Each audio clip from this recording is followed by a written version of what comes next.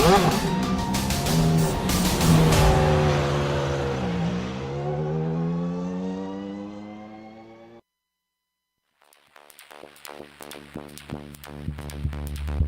1967, Jim Clark qualified his Lotus 49 on pole position for the Belgian Grand Prix at a staggering 150 miles per hour average speed. Sadly for the Scotsman, he couldn't deliver a win. That honour went to the Eagle, Dan Gurney. However, respected reporter Dennis Jenkinson hailed the Lotus 49 that day as surely the fastest Grand Prix car ever built. It's time for Grand Prix Legends live here on the Global Sim Racing channel. I'm Peter Mackay and I'm privileged to be joined in the booth by the better half of Double Scotch, Ryan Walker. Behind the scenes today is our director Sean Ambrose, using camera angles perfected by Dougie Beard. Now, Spa is one of the most ultimate challenges you'll ever find in motorsport, and here is our Global Sim Racing channel track guide to tell you all about it.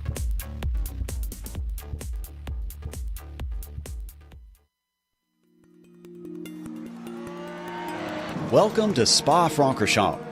Less than an hour's drive east from the German border, this Belgian track has come to define racing for many different eras in the sport. It's no wonder it continues to entrance drivers when you look at the stats. The 7 kilometers over the course of a lap includes more than 330 feet in elevation change as it weaves its way through the Ardennes forest. Packed into this is 19 turns, some of which are considered among the most famous in the world of racing. Corners like La Source and Blanchemont have been on the lips of drivers for decades. But by far the most notorious is Eau Rouge and Rétillon. Typically referred to in name by just the first section, it dips low and swings left, then compresses and climbs to the right up a massive hill. The sequence ends with a completely blind crest that sweeps to the left and leads onto the incredibly long Kemmel Straight. The bravery required to be fast through there will pay off towards one of the most popular passing spots at Lacombe. Eau Rouge is exemplary of the rest of the circuit though. Most of the turns are incredibly fast and many include much of that signature elevation change. As jaw-dropping as the track is, you have to remember that this is the modern truncated layout. The old one, raced until 1979, was 14 kilometers in length, yet carried an average speed of 150 miles per hour. Present-day safety measures do cut down on the danger, but even in recent history, the circuit has proven deadly. It's clear why this track continues to be revered and respected by racers the world round.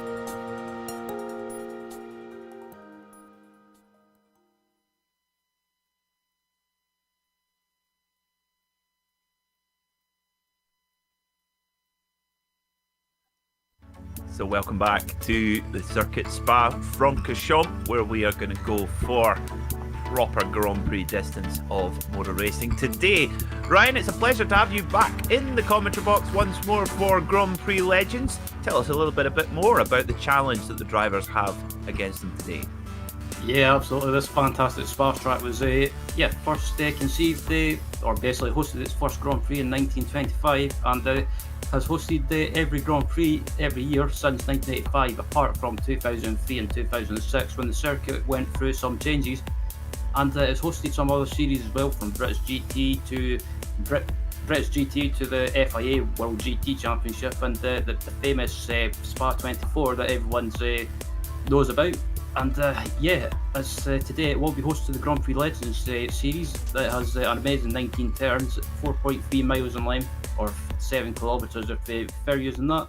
And today I think we should be in for an absolutely fantastic race, especially with the long straights. And don't be surprised if you see some slipstreaming battles.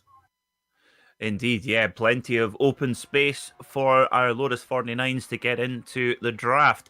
Let's have a look at the championship standings. We're about at the halfway point of this 12-round season, and at the moment it's Rob Olenek leading the charge by 35 points from Mick Claridge, with Ovi Trengrade 48 points in arrears in third. Topi Kortenemi is fourth, with Chris Murakami in fifth. How are they looking in the F2s, Ryan? So in the F2's championship, it's currently being led at the moment, as we wait for the stands to come up, there we go, as it's been led by the German André Schumacher, no relation to Ralf or Michael, just for anyone wondering. Chris Hendler, another driver from Germany, in second, 29 points back. And then third place is France's Emmanuel Pereira with John Van Dorn from the Netherlands in fourth. And rounding out the top five is currently being battled out between Lopez, Eng and Lehman from the UK, USA and Finland. Okay, and finally, let's look at the Nations Cup points and how they stand at this halfway point of the season. The United States leading by 10 points from the United Kingdom, with Germany in third, Finland fourth, and Norway in fifth. Let's have a look at the race details for today and what you can expect here in the Grand Prix Legends Championship. 15 laps of the full Spa circuit from a standing start, so watch out for into turn one. Last source, always a hot spot for action. The drivers will have to take it very carefully around there. As always, here in the Grand Prix Legends series, we have an open setup for these Grand Prix machines. Lots of things you can adapt and adjust to your liking, and that's a critical part of getting the most pace out of these cars. And a brilliant community surrounds this particular championship, where the leading drivers are happy to help others with their setup information as well. Very kind of them to do so. Now, Michel Durignon on track right now, as you can see him on our cameras, just coming through to the what used to be called No Name, but I believe is now called the Jackie X left-hander. And what a great driver to name such a fantastic corner on this Belgian circuit. And arguably the greatest Belgian driver of all time, Jackie X, multiple Le Mans winner. So we have Mick Claridge back, Ryan. So we've got the full cast here. We've got Durignon, Olenek, Claridge and Trengrade. We could get a bit of a four-car bunch at the front today. Yeah, we quite possibly could. It should be a great battle and a great race between those guys. We know how quick they can be. And Mick Claridge, we know how quick he can be. He's pretty much a maestro in this car at the moment, or pretty much all the time. And it's good to see Mick back after having to miss last week at Phillip Island. But nevertheless, we had a great battle for the win between Rob Olenek and Maurice Trengrade. And you have to remember, Rob Olenek came back from an incident with Michel Durignon to come back and win that race. So it was a great recovery. And he's in the championship hunt, rather, I should say. That's for sure. Indeed, yeah. And of course, Mick Claridge has won 100% of the races he has started in this championship. He has missed a couple of rounds, but still in competition for the championship. Let's get Laust Olsen over the line, set his first lap time. Does it count?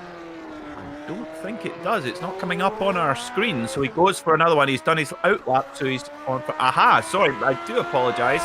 This is the classic pits that we're running today. I do apologise. So no run to La Source to worry about. Straight up to column 219.3 for Laust Olsen. Michel Durignon 215.9. Very impressive. Here comes Dave Price in the Kenny Roberts Yamaha Speed Block colours. Down towards the line he goes. 217.8 for Dave Price. Rob Olenek goes to pole position. 215.8, Ryan. Yep. Yeah, putting in a good performance qualifying as Mick Claridge is just coming across not the start-finish line, he's coming across the traditional Grand Prix start-finish line, but that's not where the time will finish. He comes round to the hairpin now, and it looks like he's on a decent lap at the moment. I think it'll be relatively close if he can take the pole position as it comes across the line now, and it's going to be a 215.8, and that puts him up into second place. Yeah, it does. Second place. Just 40 thousandths off pole position for Mick Claridge. So what can he do on his second flying lap? You've really got to get on with it around here at Spa. It's very, very tight to fit in your two flying laps in the 8 minutes that the drivers have to qualify. So you've really got to get out of pit lane and straight up to racing speed as quickly as you possibly can.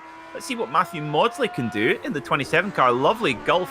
That looks absolutely superb. Gulf livery, an iconic livery in motorsport, but looks superb on this Lotus 49. Big marks there for Matthew Maudsley. Let's get him over the line in the 27 car. 219.9 for him. Now, of course, Ryan, the thing the drivers have got to be very careful of, not just in the race, but particularly here in qualifying, is track limits here at Spa. They are brutally enforced by the iRacing system on this particular circuit, and if you stretch over them even so slightly, the whole qualifying lap will be annulled. So that's a big challenge for the drivers today. Yeah, absolutely is. It's something to keep in mind as a rider on board in Michel de Neon. But yeah, you've got so many places you can run wide and get an off track. You've got Blanchimont, you've got the exit of the chicane, or the bus stop chicane as I still call it, and also the exit of La Source as well. So many places to go off. As Michel de Neon at the moment, it's still third in qualifying, and look back at McLaren's coming up to Blanchimont, and this is looking at Rob Olenek now, and he's currently still holding pole position in qualifying. Yes, yeah, that first lap, the quickest of Rob Olenek's efforts as well. Dave Price goes 7th, and if you look at top 6 covered by less than 0.4 of a second on a lap of this length, that is quite impressive as we get Gwendolyn Old over the line. Yanni Lehman, what can he do? He's best at the moment at 218.8. He does not improve. So the top, goodness me, the top 4, the guys that we think, well, obviously the top 4 seeds in iRacing. Let's get Mick Claridge over. Can he improve? He does. Is it enough to go pole? I think it will be. It does. Mick Claridge gets pole position right at the death. Goodness me, what drama here in the Grand Prix Legends series. So Mick Claridge pinches pole position at the very last moment in qualifying. But Rob Olenek will join him on the front row of the grid. Row 2 sees Michel Dudignon and Ovi Trengrid, so we've got our leading quartet right there. But watch for Topi Cortinemi in the 9 car. He will start on row 3 alongside Nico Leno.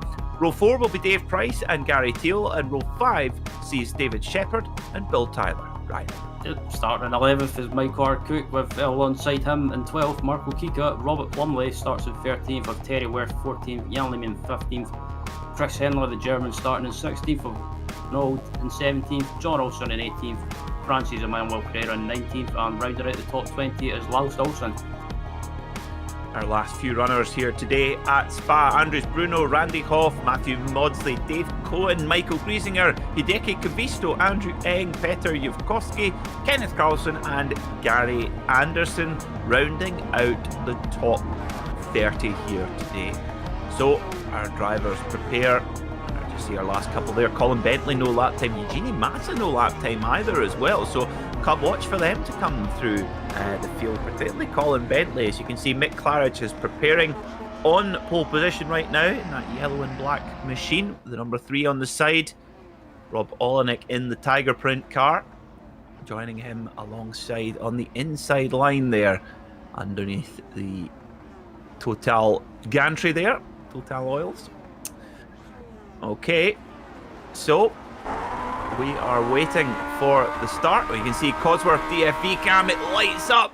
The lights are up and they go out, and we are go for round 6 of the Grand Prix Legends series here on iRacing.com on the Global Sim Racing channel, and it's a good start from Mick Claridge from pole position. Rob Olenek tucks in behind him in 2nd, Michel Dudignon 3rd, and Ovi Trengrid in 4th. So as they qualified in the leading order, but down the Kemmel Straight for the first time, Mick Claridge weaving quite aggressively to try and break the toe from Rob Olenek and going on the defensive straight away into Lacombe.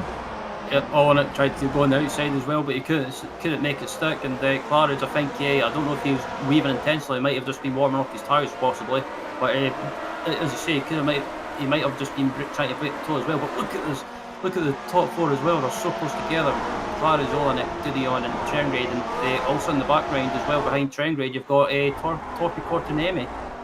Yeah, let's keep an eye on Topi Cortinemi. He'll be trying to hang on to that leading quartet. Of course, such a fast circuit here at Spa. Good opportunity to try and stay in the draft. And you can follow the car in the front relatively cleanly. There's not too much dirty air to worry about like you'd have with a car with much more aerodynamics. But, as you can see, Rob Olenek looking very, very racy. Just having a little nudge up the inside, or trying to, at the Fania chicane. But Mick Claridge holds on for now as they come into Campus and Stavelot.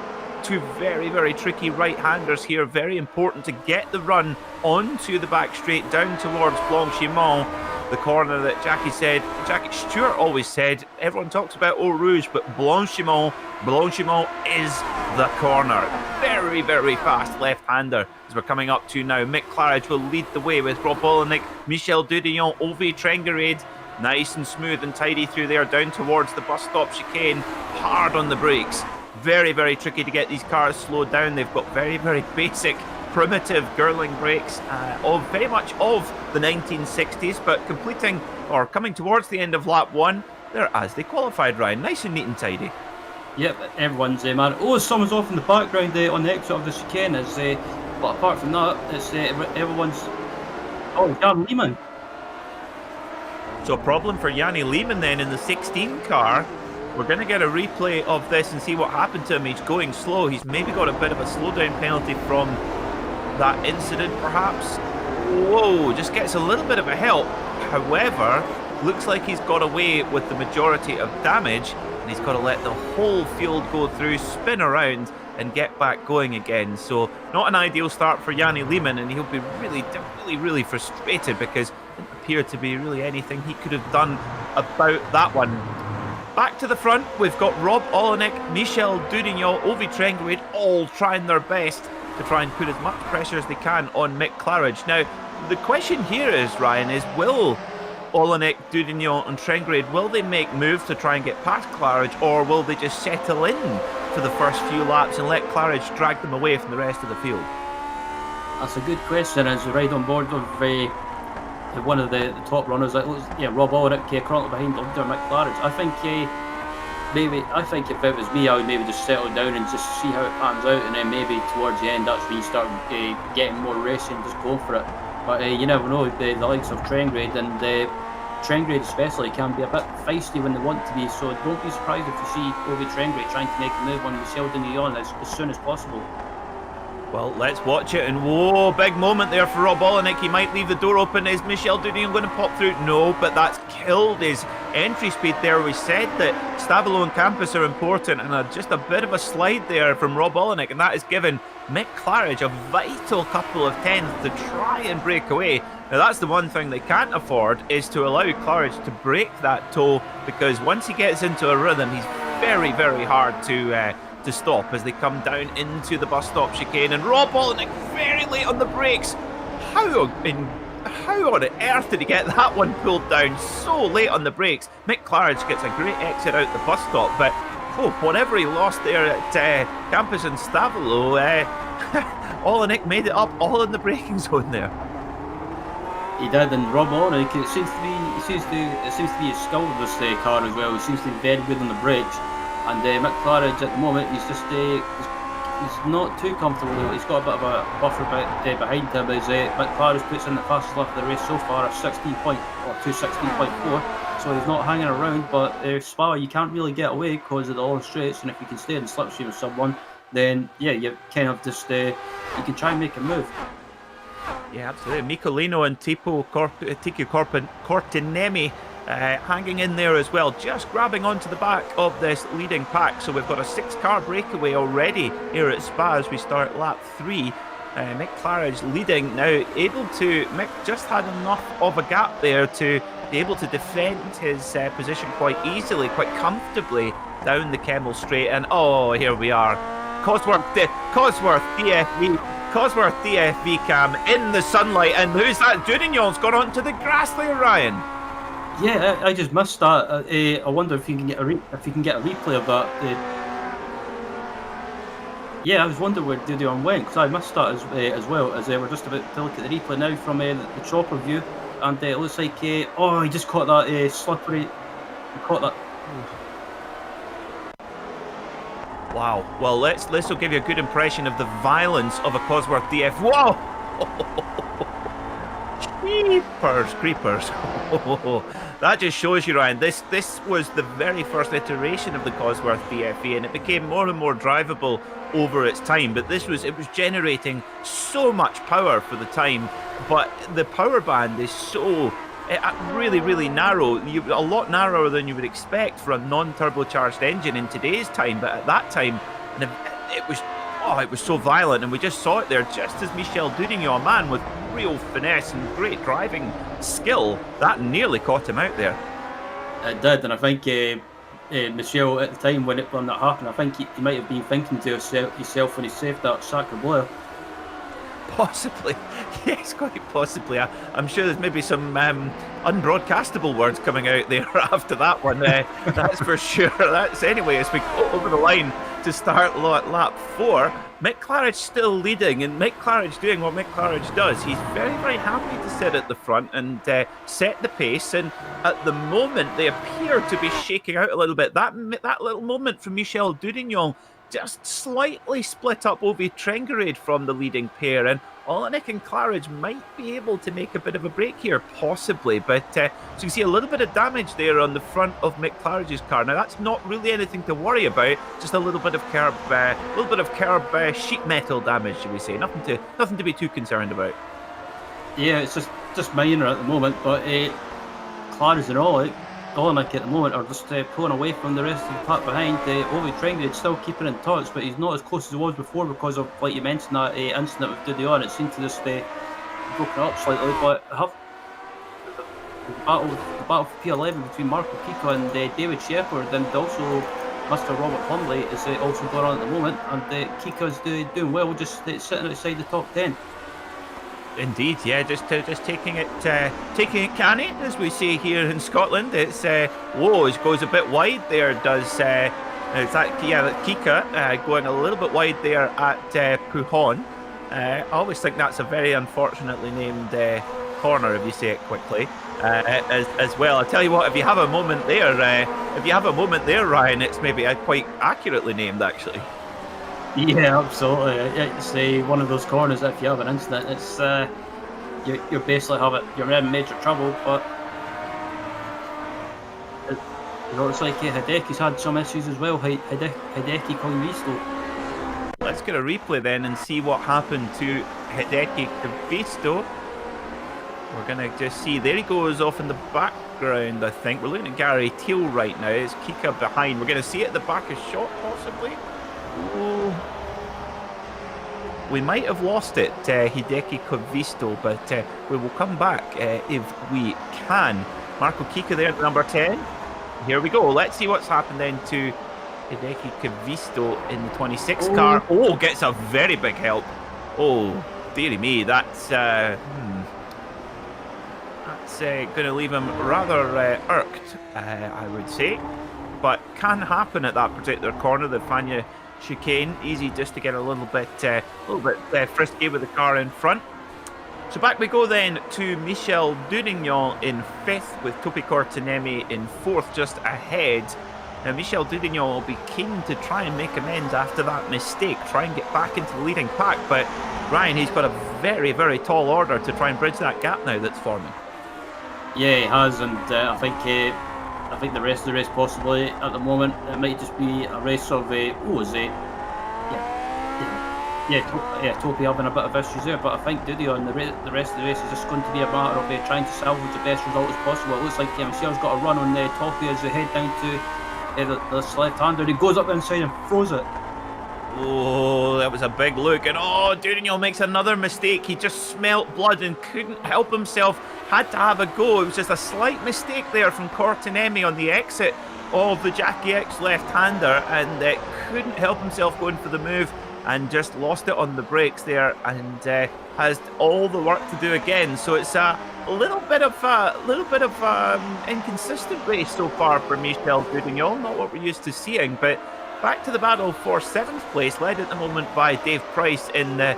Now, I feel like I go on about it a little bit, Ryan, but I am such a fan of the Yamaha Speed Block colours. Kenny Roberts, one of the greatest American sportsmen ever, brought a completely different riding style to Grand Prix motorcycle racing, and these were his colours.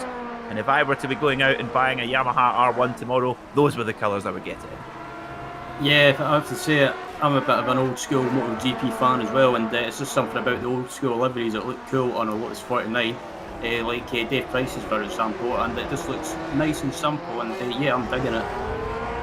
Absolutely, me too. Back to the lead we go then. Mick Claridge is still holding on to the lead, Olenek on his gearbox, but Ovi Trengerade, Mr. Stealthy himself, he's been quite quiet so far this race, Ryan, but here we go, bangs in a qualifying lap, 2:15.7, And straight away, he's now on the back of Olenek and Claridge, and he's right in this battle, and this is a 3-car breakaway now. They have made their moves, and Mick Claridge now is under big pressure, the biggest pressure he's had from Rob Olenek. Olenek's going to try and hook it around the outside. Will Claridge give him the room? Of course he will. Great respect between these guys. They know each other inside out and upside down. Brilliant battling. Here we go. The cork is out the bottle, Ryan. Let's spray the champagne.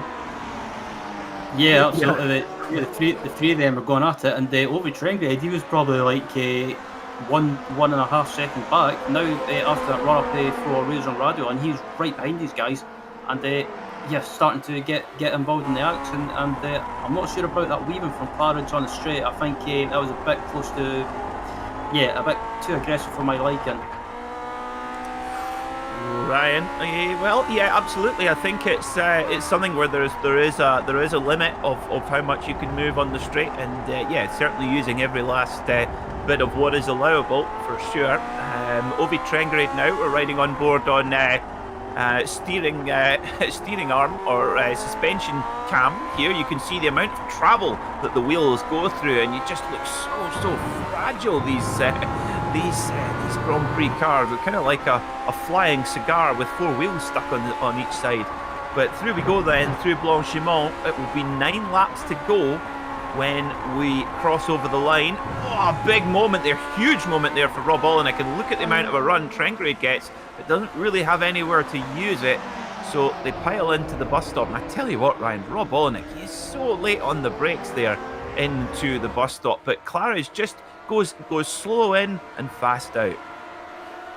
Yeah, it seems to be, I don't know if it's a confidence thing or not, but Ulrich just seems to have so much confidence and brakes so late, he can close back up and on Claridge under braking, like you mentioned, as they're heading up to Oruz and Radion now. I think this is the previous lap where Trengrid was not able to close up there massively, so I wonder if he'll be able to get a great run riding on board with Trengrid at the moment. Oh, over the curves as well, and damn, Ovi Trengrid just about got some airtime. He's trying. He's really trying, isn't he? He's maybe, of course, Ovi, one of our Scandinavian drivers, he's maybe been watching the first round of the World Rally Championship, the Monte Carlo Rally, going for the big cuts over the curbs there. Fantastic stuff from Ovi Trengrid in the 4-car. Always exciting. Much like it always is here in the Grand Prix Legends series, it's so hard to call a winner between these guys. They're all on such a high level. Such masters of this car, and you have to imagine, Ryan, that if Rafael Dorado was in here, he'd be in this pack as well, having a whale of a time too. Oh, absolutely. As I'm looking back through the field as well, looking at the battle for P15 between Gwendolyn Holt and Terry Worth, and these guys have been close together for a few laps. But Terry Worth plunging up under the Terry Worth trying to poke his nose up. Sorry about that, I'm trying to get my words out, but I was just holding my breath at the same time. Well, if for any one of our viewers watching who hasn't had the displeasure of a COVID test, having a Lotus 49 exhaust pipe pushed up the front nose cone is kind of a good kind of metaphor for it, I suppose. Yeah, and as someone that's had a COVID test, having a bit of a cotton bud stuck in your nose is not a nice feeling, and I think Terry Worth might have not liked that as well. Yes, absolutely. Yeah, involuntary COVID test there for Terry Worth's Lotus 49. So through we go through Blanchimont. We're watching Bill Tyler and Gary Teal, in the number 8 car right on the gearbox there. Down towards the bus stop they go. Big braking zone. Oh, be careful not to lock up. Got to get the car tucked in. Nice and accurate here from Bill Tyler and Gary Teal. Through they go. Keep thinking, you have to readjust your brain using the classic pits here, or the endurance pits as sometimes they're known, down here to get to the finish line here. Yep, there's a battle for the lead is still going on between Claridge, Orlick and Trengrid as well, and it looks like Trengrid's got the run and all in it, and I don't think he'll be able to make the move as Rob Orlick again closes right up under braking, and he's able to brake so late. That's about as close as here. Whoa, what a switchback. What a switchback from Olenek, and Claridge goes there? goodness me, I was not expecting. I think that caught Mick Claridge a little bit by surprise, actually, and they make a little bit of contact, surely. A tiniest of nudge there from Rob Olenek to Mick Claridge, so they are running as close as you dare, a couple of millimetres closer, and we're into a big incident here. So really hotting up now. 8 laps to go. It's still quite a distance, of course, well over 2 minutes. We'll be about nearly 20 minutes to go here, so plenty of time left. So the drivers really, this is almost like it's the last lap, Ryan. Yeah, absolutely. I'm surprised that move by Olenek up the inside of Mick Claridge didn't end up in disaster, but thankfully both of them managed to get away with it. And excuse me, both of them are starting to go at it now, and this is the stage of the race where it's basically just it's time to throw the handbags out, if you like, and just go for it. And in the words of the great Mully Hatchet, where they were flirting with disaster as they head down towards Blanchimont once more, riding on board with Ovi Trengerade, and he's just biding his time here. And I wonder, Ryan, if he's maybe quite enjoying his time in the popcorn seat here, just watching Claridge and Olenek sizing each other up. And Olenek is this is a bit more of an aggressive Rob Olenek than we've seen in previous weeks.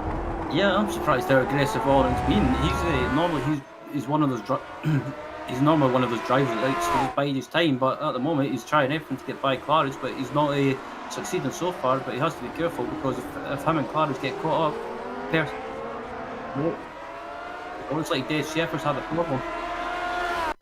Okay, let's have a look at the replay then of what happened to David Shepherd in the 15 car round Blanchimont. Oh, takes a big cut, and oh dearie me, you don't want to get on the dirt there, and boof. Oh dear. Well, he's lost his nose cones and probably both of his ankles there. Is Olenek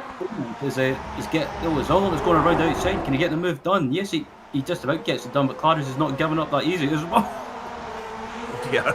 Goodness me, Mick Claridge, I think oh dearie me, he's going to have another go down into the Brussels hairpin, up the inside. Oh, Rob Olenek swoops around. Rob Olenek has made his move the same as last time. They tangle, nearly tangling. Rob Olenek goes very, very aggressive over, blocking Claridge's path. And Claridge has got a slow down penalty. Either that or he's missed a gear. I would think it's more likely a slow down penalty. Oh dearie me. And Michel Dudignon's going, oh hello Mickey. Fancy dancing together and making our way back up to the front there.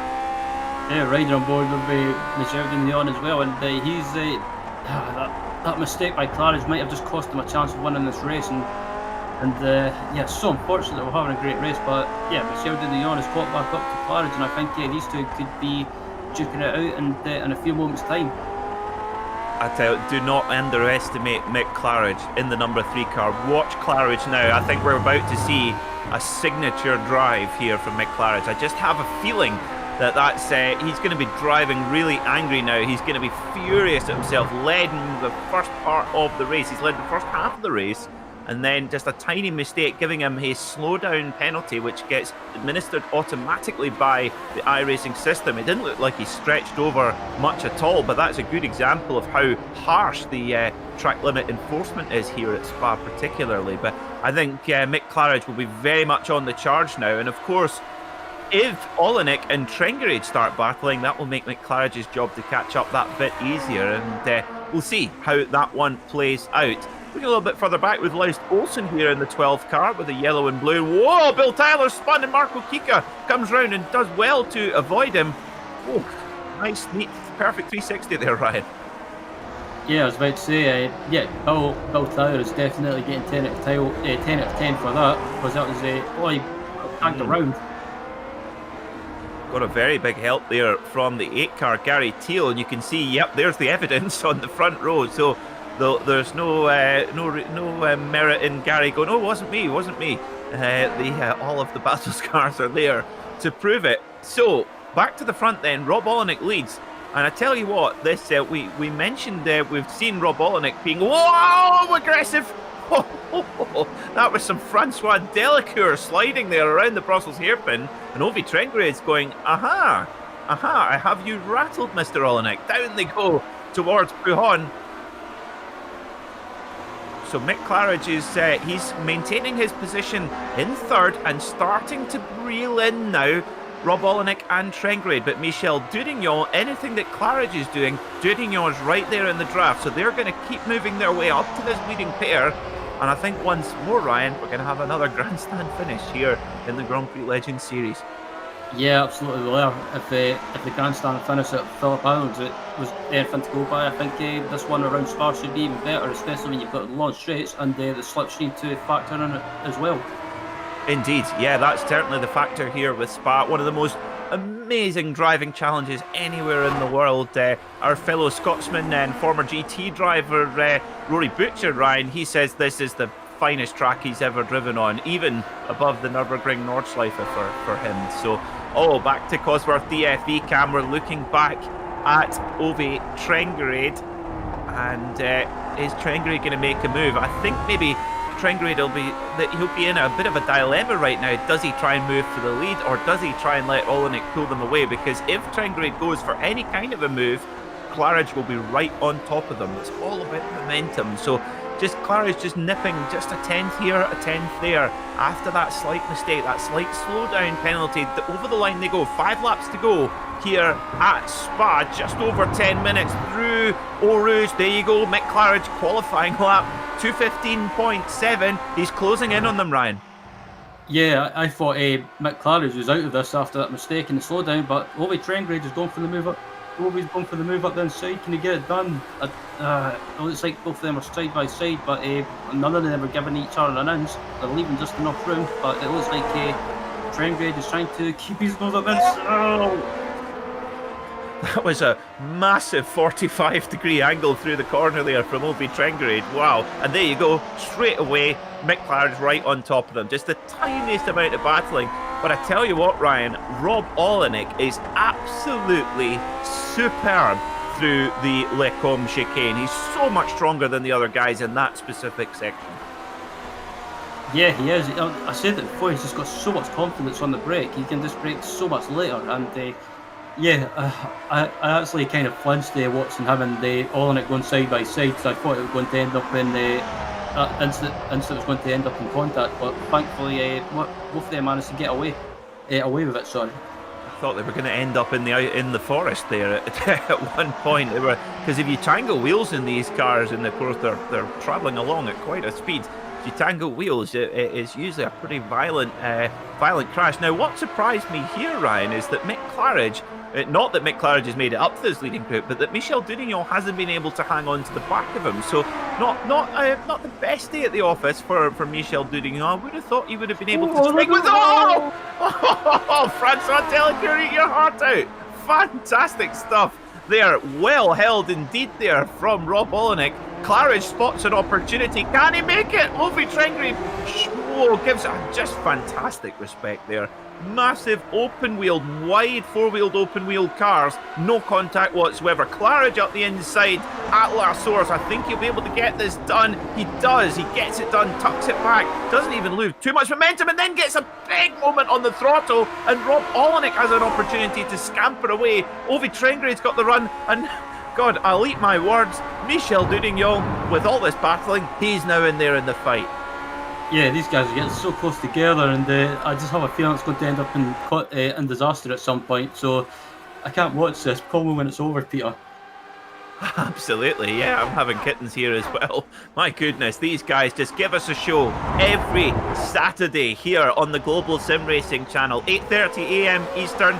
That is the time for Grand Prix Legends, and you think this is a standalone race? It's not. This is what we get every week. Fantastic motorsport here from these guys from all over the world. We've got Mick Claridge in the UK, Rob Olenek over in the States, Michel Durignon in France, and we've got our Scandinavian ace, Ove Trengrade, as well. Fantastic stuff. Down towards Pujon they go. Mick Claridge now, he's recovered. That we can put that incident at the Jackie X left-hander behind him, and right there in this battle, about 3.5 laps to go here at Spa. Yeah, this is a fantastic battle, and it looked like a 4-car battle, but look who's joined the party, Peter. It's a certain Topi Cortinemi. Yes, he has certainly stealthed his way through, hasn't he? right there behind Michel Dudignon. There he is, just at the back of shot on the tail of this 5-car express train, being able to recouple himself onto the express. But Rob Olenek leads, and we know how good he is on the brake, so let's see if Mick Claridge can even make any kind of an impression or a move down into the bus stop. Now, this was where Rob Olenek had his enormous moment. Blanchimont, much smoother this time, uses all the paint on the exit there. And look at Claridge. Oh, big, huge run from Claridge. Lunges it up the inside. Well, Trent Grade, big move, but look at Olenek. Olenek can turn that car on a 50p piece. Oh my god. Yeah, these guys are going at it. Oh, Michel Dudignon is on the wall in the background. Oh, massive. Oh, huge one for Michel Dudignon there. So not a good day for the Frenchman. The number 1 seed, the top-rated driver in this particular race. So down they go through to Eau Rouge. Huge traffic. This is the last place in the planet Earth where you want lap traffic. No. Oh, as they go now. Well done from that lap car to take such a risk to actually get off the line and let the leaders through. Big respect there again. We've got another lap car playing a bit more of a feature, offering a bit of draft for Mick Claridge there. Does move over. Brilliant stuff again. Oh, dear me. I thought Rob Olenek was going to end up in the back of Mick Claridge there, and all of a sudden, with just over 2.5 laps to go, Mick Claridge is back in the lead of this motor race. What a classic. Oh, absolutely is, and we've still got 2 laps remaining in this race, and I thought we were going to have a 5-car battle for the win, but that incident with Michel Dudignon, it's slightly broken it up now, and the Courtenay's fallen back slightly, so it looks like it's between these 3 guys, and if I was asked to predict the winner, God knows who I would pick out of this battle. Well, I am not a gambling man either, Ryan. The thought of losing money is just far too scary for a Scotsman like me. I'm sure you might be the same, but the Mick Claridge leading.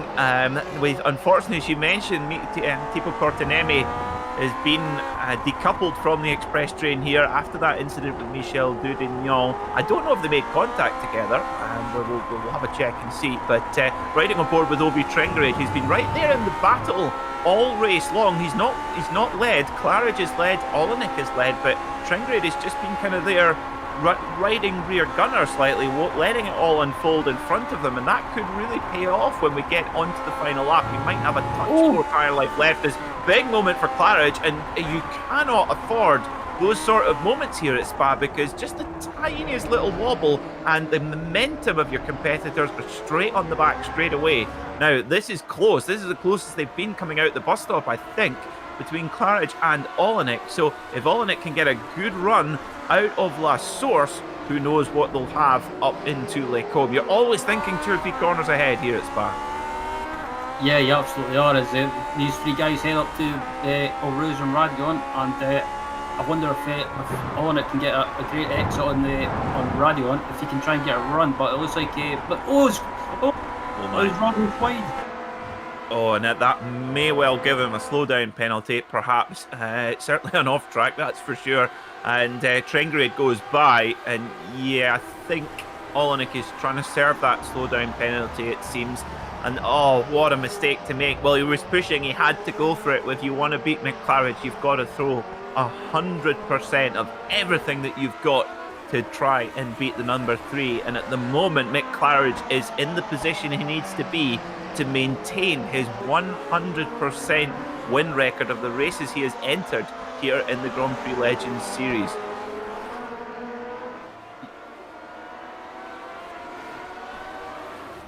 Yeah, this battle between Bill Tyler and Marco Kika for P9 is still going on, and Bill Tyler, he's been doing pretty well this season. I think he got a podium position at, I can't remember what race it was, he got a podium position, and he has been doing well this season, but he's under attack from the Finnish driver, Marco Kika, from behind him, and these guys are inside the top 10 and no one battling behind them, so don't have to do anything desperate. No, they do not, that's for sure. Gary Teal, of course, in the number 8 car, did give Bill Tyler a little bit of a nudge and a spin around, and that put him behind Marco Kika, so he's been very much on the recovery has Bill Tyler. So up into 9th place, which actually, considering the difficulties that he's had with that nudge from Gary Teal, is mighty impressive indeed. Now back at the front, as we'll be taking the white flag shortly, Mick Claridge, whoa, backing it in there, MotoGP style, into the bus stop. And Ovi Trengrade now, well, there you go. Ovi Trengrade has just been stealthily the guy in a group. When you're in the pub, there's 5 or 6 years, one guy telling jokes, there's one guy talking constantly, there's just another just sitting there quietly sipping his pint, taking it all in, and then picking up the pretty girl at the end. Well, will Ovi Trengrade be able to do that? Let's see, because he is now right on the back of Mick Claridge, and he's saved the best for last here, Ryan. Yeah, absolutely has. And Ovi Trengrade has got a great run, and I don't want to be close enough to try and make a move on Mick. I'm not sure as a ride on board of Ovi Trengrade right now, and it looks like Trengrade is closing up massively, but he can't do anything, he can't make a move. He certainly is. Oh goodness me, he's right on the back bumper, right on the gearbox now of Mick Claridge as they head down towards Brussels. Will he have a look there? Claridge has to go defensive, so under threat here. Ovi Trengrade is as if he's just taken the cork out the bottle and going for it now. Almost like Popeye with a can full of spinach. He's just gone, right, let's go. No more Mr. Nice Guy. Through they go, through the Jackie X. You see, look at the corrections on the steering wheel there to try and keep the car in a straight line. It's a constant wrestling match with these cars over this sort of race distance. Through they go then, through Pohon for the final time. Ovi Trengrade trying to hang on to Claridge, but he's just so good. So hard to maintain that pace. Into Fania they go for the final time. Is he going to be able to make a move, Ryan? Let's see. I think his best opportunity is possibly heading up to Blanchimont or even into the chicane. He's so close. But can he try and get close in the slipstream and try and make a move? He's got a great run, but he's getting closer in the slipstream. They're heading up to Blanchimont now. Will Ovi Trengrade try and do the risky move and try and make it through Blanchimont? He's trying, but Claridge is going defensive really early as he head through now, and both of them are so close together. Yep, let's... Oh, well, I think Ovi Trengrade had the run there, but just a slight moment on the exit of Blanchimont might well cost him. He's going to try and hook it around. Claridge sees it coming. Remember, this isn't the finish line, of course. They got a chance at La Source. Mick Claridge goes to defend, moves across to break the toe. Trengrade's going to have a look. He's hard on the brakes. Claridge goes defensive. Will Trengrade be able to get the run to the line? Here we go. He's got a good exit. It's going to be a drag race down to the checkered flag, but it's going to be Mick Claridge. 100% win record for the Great Britain. Wow, what a finish to this race. With style as well. Stick the landing. Oh, well, what a finish to this motor race. That was an absolute thriller as we get our last few runners. Michael Cook over the line, Gary Teal in his slipstream. Whew. Well, so we still have a bit of a battle going on here for 14th position. It carries on. Terry Worth and Robert Plumley, the two British drivers, going for their own little personal battle here into La Source. Look at Terry Worth having a big old look right around the outside, trying everything at it. But they're going to hold position to the line. Wow. Well, we are never disappointed here at Spa, and this is one of the all-time classics here in the Grand Prix Legends series. We hope you enjoyed it here on the Global Sim Racing channel. Do not go anywhere. We are going to be back in just a few moments with official results and driver interviews. Don't go anywhere. We'll be right back on the Global Sim Racing channel.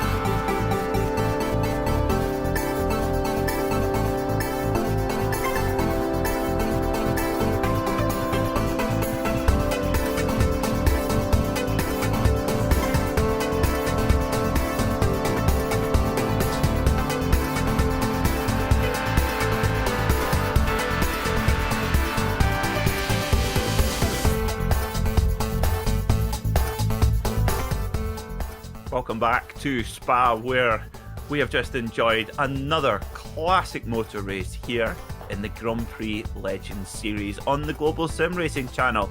Let's have a look at the official results and see how all your favourite drivers finished. Mick Claridge once more. What can any of the others do to stop the man from Great Britain? Ovi Trengrade just about nudged it there at the end, but finished second, with Rob Olenek in third. And proper lion-esque performance there from Rob Olenek. Fourth was Topi Cortinemi and Nico Lino in fifth in the Kenny Roberts mobile. Seventh was Michael Cook, followed by Gary Teal, Big Bill Tyler and Marco Pica. Finishing at 11th was Laust Olsen with Gwendell Old in 12th. 13th went to John Olsen. 14th was Robert Plumley with Terry Worth in 15th. 16th was Emmanuel Pereira. 17th Colin Bentley. Andreas Bruno in 18th. 19th was Randy Huff. And rounded out the 20 was Dave Cohen. In 21st position today here at Spa was Philip Urquhart, followed by Hideki Kavisto, Petr Yovkovsky, Yanni Lehman, Kenneth Carlson, Eugenie Massa, Andrew Eng, and Gary Anderson. 28 cars on the lead lap. Mighty, mighty impressive. Alan Bucci was 29th, and now you can see the final runners here. We have a race winner with us, and he is with Ryan Walker.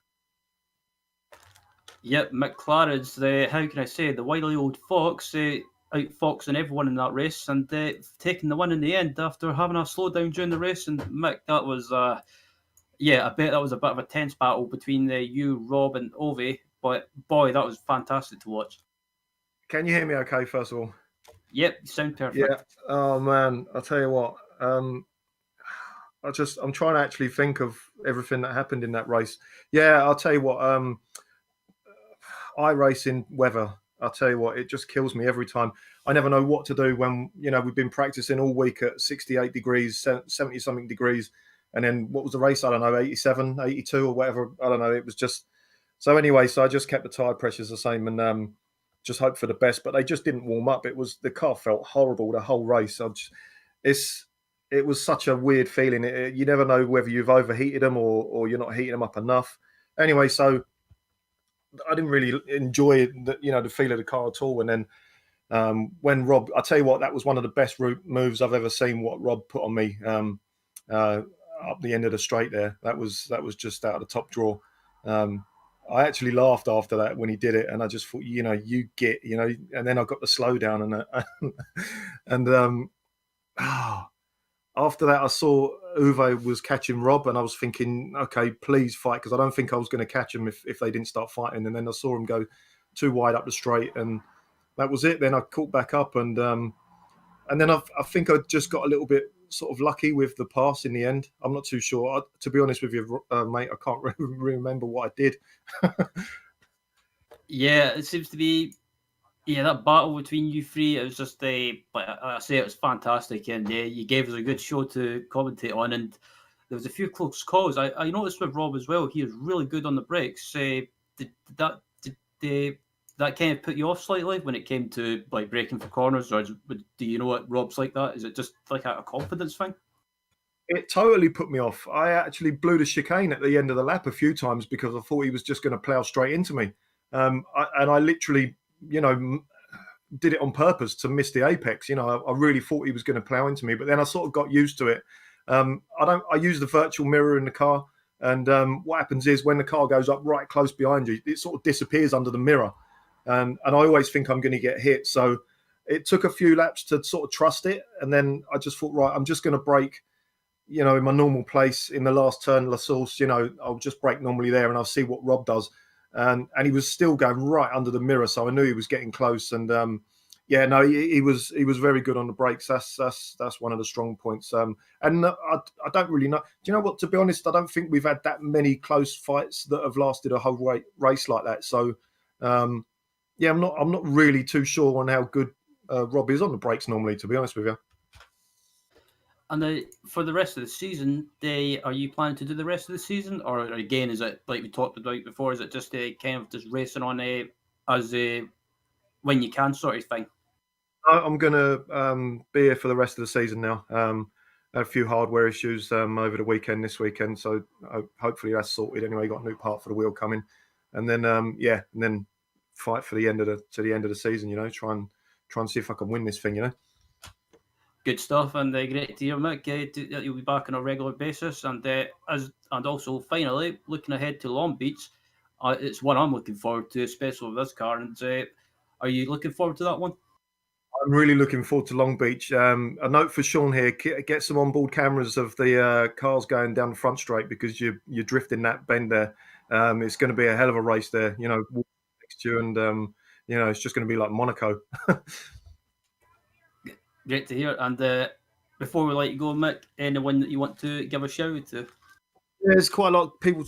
Jamie, Denise, whoever's with her, and probably Manu under protest. Steve McKenzie's watching. McKenzie brothers. Ryan, don't mess with the boys. I forgot about that. And a few other guys. The bike riding mob. So yeah, hi to all of those. Great to hear. As that was Mick Claridge, the winner of today's race, joining us. And up next, Peter, you are with second place finisher Rob Olenek. Third place finisher Rob Olenek. Sorry. Well, welcome to the GSRC commentary box, Rob. You were in a feisty mood today, sir. How did you find that one? It was the weather changed. We haven't had any warm weather like this, and Mick's been a little bit quicker on the cooler temps, and my car just felt great. And I was like, Jesus, I guess I made a set for warm weather and didn't realize it, because it just felt really, really good. And I could just tell in the braking zones and in different areas, my car was just easier to drive, and it was gripping up. So it basically put me in the mode of, I'm going to get this done. The toughest part about getting it done is he's so good through Eau Rouge, coming out of La Source, and then Eau Rouge, and that's like the main area you can get a pass done. I wasn't feeling it going up through Eau Rouge today, so it was kind of like, all right, maybe 1 out of 10 times, maybe he makes a little mistake and I can make it up through here good at the same time, and I'll get a shot. But it was good to finally have a nice battle on the broadcast. I don't really think that we've had Mick, Uwe all together on the broadcast. Usually something happens. Michelle should have been there too. I don't know. Looked like he dropped the rear somewhere early in the race, and then I'm not sure what happened with him. But it was a really fun one today. Sweating my tail off right now.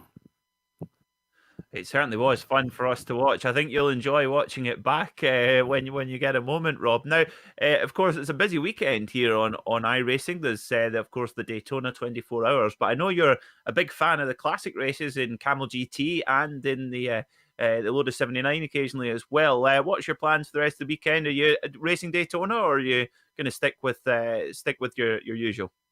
I'm actually not. I'm kind of trying to put in like a semi break, not taking a break from iRacing, but lowering the amount of time. So I'm not doing the endurance race. My teammates are, and I might just kind of join in and spot a little for them. And I'm not going to be doing camel. It's tough for me not to do camel. I might jump in when I say I'm not going to do it, but I'm trying to get more stuff done around the house and catch up on other things. And but I'll still be watching all of them and stuff. You guys put on a great show. All the drivers are awesome, and the communities are awesome. I'm not leaving them for good. Oh, definitely not. Well, Rob, thanks so much for coming in to have a chat with us, and looking forward to speaking again very soon. Thanks, guys. See you later.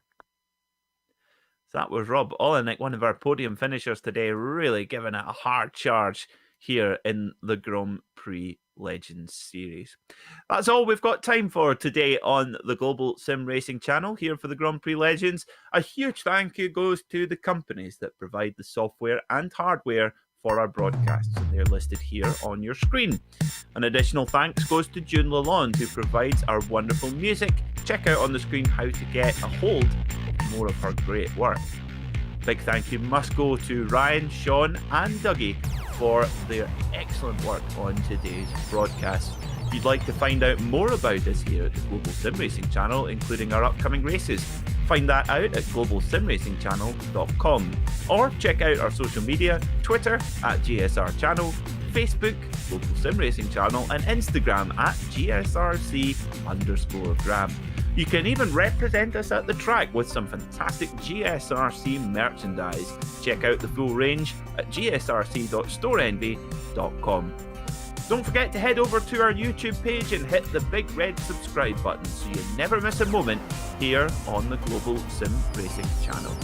But until next time, race clean, race hard, and we'll see you on the track.